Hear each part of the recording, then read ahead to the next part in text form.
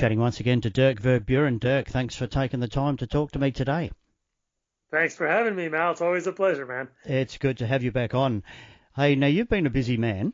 I have. The last time I spoke to you it was about the Ride Majestic album with Soilwork.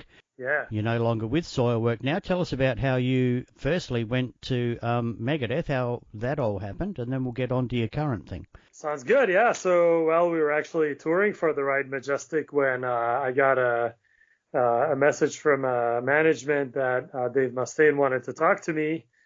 And so a few days later, I did speak to him on the phone, and I found out that they were looking for somebody to help them out on a tour on drums, and that they wanted me to be the guy. So obviously that was pretty exciting. And I finished that tour with Soilwork. Went home, studied the Megadeth set, and about 10 days later, I was rehearsing with the guys, and the next day we did our first gig, which was in Columbus at the Rock on the Range Festival, and in front of 40,000 people. So that was quite the baptism by fire. And then a few weeks into the tour or whatever, Dave started joking with me like, "You're my drummer now, and are you going to tell those guys that you're playing with Megadeth now and stuff?" And I was kind of laughing, but he was very serious about it. So, I spoke to the guys and they said, of course you should do this. This opportunity of a lifetime. It's amazing. And they were all very supportive. So after thinking, talking with my wife about it and thinking everything through, I went for it. Well, wasn't much thinking, to be honest. I mean, I grew up listening to Megadeth. I bought P-Cells when I was a teenager, saw the band live on the Clash of the Titans tour in Paris in October 1990, I believe it was. So, quite a long time ago. And so it was, pretty special, the whole thing. It's something that you wouldn't really probably have to think about too much, an offer like that. No, exactly. I mean, it's not like I was, unhappy with Soilwork, but, I'd been in the band for 12 years at that point, and I did feel, I had some discussions with some of the guys that, we were kind of stuck in a spot, right? Like we thought the Living Infinite was kind of going to bring us, to a next level, but then we had a lot of business problems that were attached to that period in the band that kind of stopped us from touring the way we wanted to. And even though people really loved the record, it kind of became a dud because of that. If we had been able to support it with more touring, I think, it might have elevated the band a little bit. But yeah, basically, by the time we did the Ride Majestic, I was starting to feel a little bit like, man, is this ever going to be able to grow more? And I felt like maybe there was a little bit of a different level of motivation with me and the rest of the guys in the band. And even though they're all good friends of mine and there's no bad blood whatsoever, but, sometimes you just kind of find yourself pointing in slightly different directions, I guess. And the Megadeth thing just happened, I had no idea that they were even looking for somebody, and I certainly wasn't, telling people that I was looking for something. So it just kind of was, I guess, good timing in retrospect. Indeed, and Soilwork have continued on nicely, so that everyone's happy. Exactly. Right. So how did you get involved with this Cadaver thing with Anders? How did you meet, and how did you become involved on this new album? Well, we met a few years prior to what I was just talking about. It was actually early 2014. I got a call from Satir, the band leader of Satyricon, asking if I could fill in for the 70,000 Tons of Metal cruise, because at the time there were some issues getting frost in the country, and so I was already going to be performing on the cruise with Soilwork, so I said yes. And once I was there, Anders being the bass player in the band for a long time, we got to talking, and I told him that I'm a huge Cadaver fan, one of those bands that I also grew up listening to.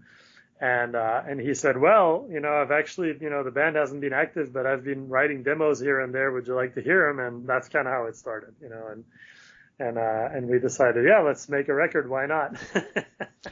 So it was just demos at that stage. Nothing was like recorded seriously until you became involved. Yeah, absolutely. Yeah, I think Anders didn't even have a concrete plan to revive the band or anything. I think he's just he's a songwriter. He always has been, and I think whenever he has ideas, he just tracks them and sees where it will take him, and if anything pops up, and yeah, I guess our chance meeting happened to be the thing that kind of got him motivated again. I think, he said afterwards that my enthusiasm for Cadaver and for the idea of carrying on with a third, version of the band just kind of got him motivated and stoked again. And then I think in the ensuing years, Satyricon kind of slowed down a little bit. We all know Satyr had to deal with his brain tumor, and Anders had some health issues of his own that he had to take care of. So it just kind of ended up being one of those things where, time opened up for us to compose and create. And it obviously took a while from 2014 till now, but the album was actually recorded early to mid last year. So it's been ready for a while. You're always in the right place at the right time, mate. I guess so. I mean, I think it's a matter of, being in the metal scene for such a long time as I have been. You end up meeting people, you end up, just, I guess, meeting of the minds kind of thing, where you meet like-minded people that get good vibes from you and that you get good vibes from. And in the end, I do this because I love music, like I think a lot of people. And if there's a chance to make some good music, I am all in. It's as simple as that. My thought doesn't really go any further than let's make a killer record and see where it takes us. And in this case, with Edder and Bile, I think it turned out really good. So yeah. Now, apart from drums, obviously, did Anders do all the other instrumentation on the album? Yes, he's pretty much the one-man band outside of drums. I did do some backing vocals, but that was not a whole lot of those, because I would probably blow my voice out in about 5 minutes if I tried too much. So I don't really have the technique. But yeah, Anders is the guy, but he has been working recently with Eilert, who was the bass player on the In Pains album back in the early 90s. And so Eilert has more or less rejoined the band. I don't know how full-time of a position that is, but I know Anders has played a few gigs with them, and he plays upright bass, like double bass, so that's a really cool element to have. We're looking forward to working with him on new material. Yeah. Did you have any involvement in writing of the songs, or were they pretty much already Anders songs ready to go? Well, the way it went is that a lot of those early demos that I mentioned, we worked on those for a bit, and then we weren't quite sure about the direction. And in early 2016, I happened to be in Norway for a gig, and Anders and I got to actually jam in person at his studio. And the song Feed the Pigs came out of that. And for us, that song was kind of a direction to follow. That kind of gave us a boost and an idea, like, this is what we've been looking for, So a lot of those older demos, actually, we didn't end up working with them anymore. We kind of put them aside and kept writing. And so most of the material that you hear on the record, with the exception of some parts of Morgue Ritual, which is a very old song from originally 1988, everything else was pretty much written after 2016. And Anders wrote most of it on guitar, but there was a lot of back and forth between the two of us. So he would send me ideas. I would send them back to him. Sometimes I would change the arrangements and change the order of the riffs or the way in which they were played, and send them back with some demo drums, etc. So it was a pretty collaborative effort in all, I would say. And that kind of went on until the actual recording. So. Yeah. Where did you get together to record it, or did you record it separately, which is quite common these days? It is very common, but we really wanted to have that old school death metal vibe, and so we felt it was really important to be in the same room playing together, which is what we did. So Anders actually came to LA here, where I live, and we went to the studio that I co-own with Adair Doffenbach, who produced the album, a studio called Northwood Sound, and we went in there, and Anders played guitar and I played drums, and that's how we laid down the bass tracks for the songs, just jamming them together for the most part without any click track or anything like that. Really just going for, the organic feel and however we felt the song should be played at that moment, So that's why I said earlier, the songs kind of kept evolving until the last moment, because sometimes as we were doing takes, we felt like, oh, maybe this riff should be longer, maybe this part should be played more like this. And so it was really, a cool process, which I think you can To me, I hear that feeling on the record when I listen back. It's not like one of those super, tight and produced records. There's Mm, definitely some flaws there, but to me, that's part of that style of music. So I love that personally. mm. Yeah, look, I'm not a musician, but you can sort of tell when things are sort of patched in together rather than the human element of everybody in the same room looking at each other in the eye, all this sort of thing. It seems to be a lot, seems to gel a lot better. Look, I agree with you, Mal. I think that, there's a time and a place for everything, and I'm certainly not dissing, any other way of recording. I do a lot of, recording drums separately from everybody else. It's just usually the easiest way and the most time efficient way. And, that's a big part of why you do what you do and how you do it. But in this case, it was nice to be able to, like you said, have the human element be prevalent, be in the same room, have eye contact, like react to each other and just kind of feel the songs out because that's something you get to do and you're not bound to a click track and you're not bound to, oh, this has to be the structure because, that's how the other guy who's somewhere else in another city has recorded it. No, we could really like literally feel things out and make the songs feel right in the moment. And yeah, again, to me, that kind of music, like if you listen back to early thrash, early death metal, early grindcore, the way even black metal, that the way that stuff was done back in the day was usually very much, uncontrolled, if you know what I mean, like Mm, both from a playing standpoint and from a production standpoint, because in the early to mid 80s, there weren't many producers who really had a handle on this kind of music because it was such a new kind of music. There mm. weren't really any standards for how do you capture all this noise and this aggression. So so as a result, you get productions that you could look at as being very flawed and maybe not up to snuff with some of the things that are done today, but at the same time, it has a lot of character. And I really, maybe it's because I grew up at that time and listened to all that stuff, and I have a really fond connection to all those records, and the way they sound. But maybe that's why. But to me, there's something there, which sometimes gets lost a little bit with modern technology and plugins and all the stuff that's super practical to use and that really gets great results from a technical standpoint, but sometimes tends to lose a little bit of the personality that comes from just people jamming together.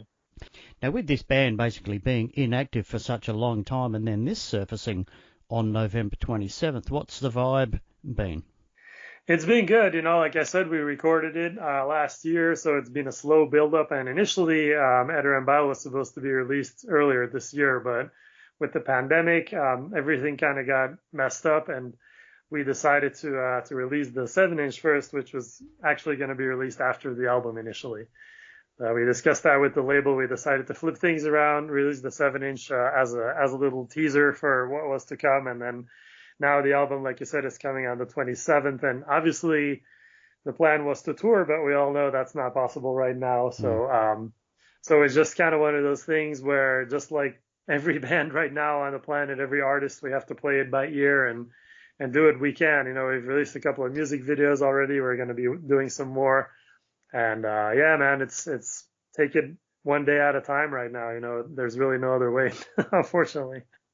I've been made aware of Brave the Cold. What are you doing there? How's that going? Brave the Cold. So that was actually recorded even a longer time ago. But I met Mitch Harris at a show. He had come to watch Soilwork some years ago, and we kind of stayed in touch and met again at a different show. And he mentioned to me that he had some songs and asked me if I would like to play drums on them. And I said, yeah, sure. So back in 2018, this is actually, we met up and he came over here from Vegas and just stayed basically at my house for a week. And yeah, we tracked a whole bunch of stuff and and some of that made it onto Right place. the Scarcity album. Yeah, again, right place, right time. Yeah, right place, right time. Exactly. I've been a huge Napalm Death fan my entire life, and so I also have a lot of things that I work on together with Shane Embury, and to work with Mitch on this has been a real pleasure as well. And again, I just love music, and I feel super honored and fortunate that these chances happen where I get to play with some of the people that I grew up listening to. Anders is another one of them, and obviously Megadeth. Dave Mustaine and David Ellefson and Kiko are also people that all of them I grew up listening to. I actually went to see Angra live in the 90s in France. So, it's again, I kind of feel like a kid in a candy store sometimes. Yeah, that must be a buzz, being on the same stage. Like, do you ever, like, gigging with Megadeth, do you ever, like, pinch yourself and say, that's fucking Megadeth out there and I'm here on the drums? You ever get those moments still? Oh, yeah.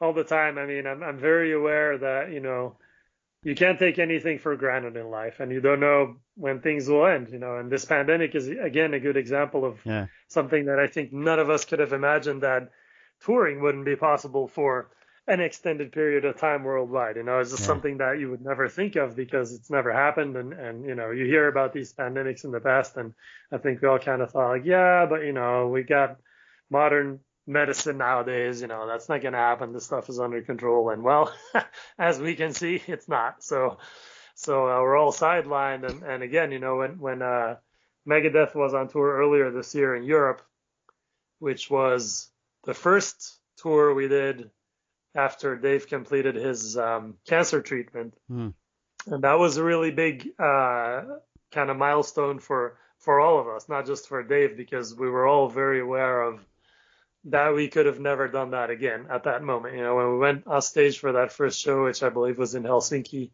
there was really a feeling, we talked about it afterwards with David and Kiko too, where we're like, man, like, that was magical, because 6 months prior, and Dave was going in and getting all his chemo and all that, and had to, basically stop doing anything else. You always get this inkling that, like, well, this might be it, I mean, people don't make it through cancer. We were fortunate that Dave did, and that he got better and was able to sing again. And definitely very grateful for any moment like that happens. And yeah, to answer your question, that's why I pinch myself all the time, because I, every time I'm on stage with the band, I take a look and I'm like, wow, I can't believe I'm here doing this. It's so amazing. I would have never even dared to dream about this as a kid, listening to Megadeth. Yeah. All right, Dirk. Wow. What a great chat. Good to talk to you again. Good luck with the Cadaver album coming out November 27th, and good luck with all of the other stuff that you're doing, and keep being in the right place at the right time. I will do my best. Thanks for having me, Mal, and cheers to all the Australian metalheads. Love you guys.